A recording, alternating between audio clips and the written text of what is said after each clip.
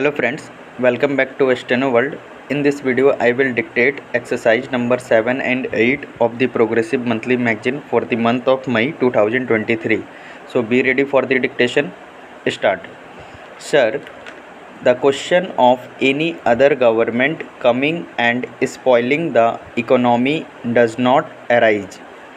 During 1990 and 1997, our interest burden only has gone up from 2,600 crores of rupees to 14,000 crores of rupees. I have just put the figures before the house. This burden will just go up, and a stage will come when, like Mexico and Brazil, our currency will cease to have any meaning. We are going to a stage which is very dangerous. Future generations will not excuse us. It is like a family. If the father squanders away all the money, the children will not excuse him. It is like this. We are squandering the money which is in our hands. We are squandering the money which we can borrow. We are also squandering the money which our sons can borrow. This is a very serious situation. I want to draw the attention of the finance minister to it. My next point is about external borrowing. Internal borrowing is already a problem.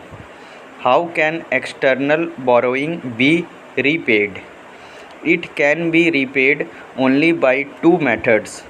Either you borrow to repay, which we are doing, or you repay by increasing your own foreign exchange earnings.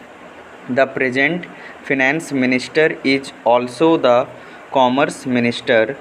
I must say a word of appreciation. Since he has come, he is trying to put all his efforts for export promotion. But our export base is very weak. Over the last 20-30 years, our policies with regard to export promotion have failed miserably.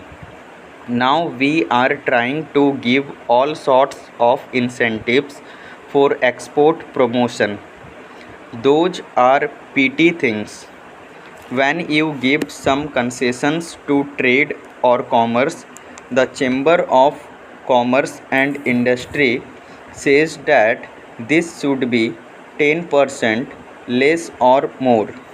Now, these are very minor things. The major thing is that a country of the size of India, a country with this size of the budget and with all the resources, should have more exports. We never tired of saying that we have the third largest body of intellectuals in the world of scientific and intelligent manpower. It may be a fact, but what is the use of that manpower if we cannot become an export trade surplus country?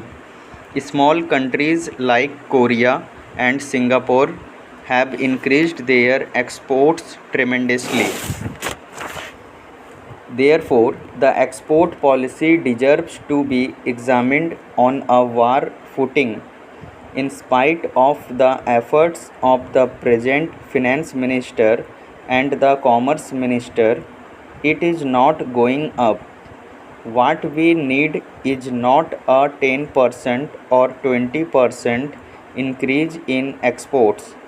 What we need is a 500% increase in exports. Let us put all our industrialists together. Let us call a meeting. Let us tell them that this is the country's income. It is not a question of A, B, or C making profit, but the country must get the foreign exchange. What have we seen during the last 10 or 15 years? None of the large houses who get industrial licenses from the government was able to generate foreign exchange.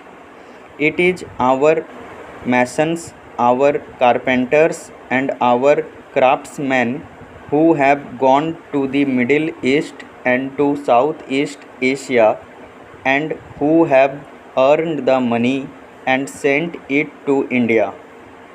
That is how this country has become rich. The ultimate strength of the country still lies in the small man. We have to make policies by which more foreign exchange can be earned. I will now come to the much talked about FERA. We hear of it only when some industrialist is arrested for a violation of Foreign Exchange Regulation Act.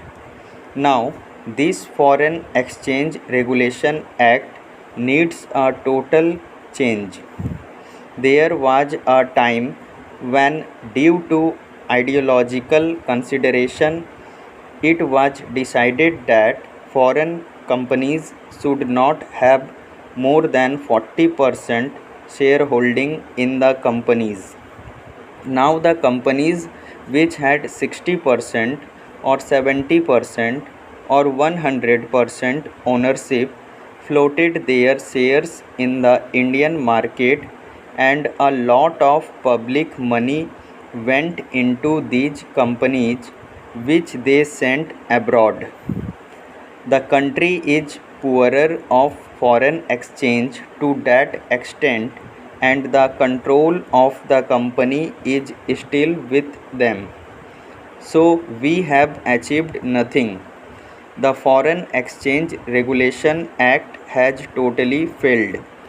As some members said, you come out with the news of making a haul of heroin or some other drugs.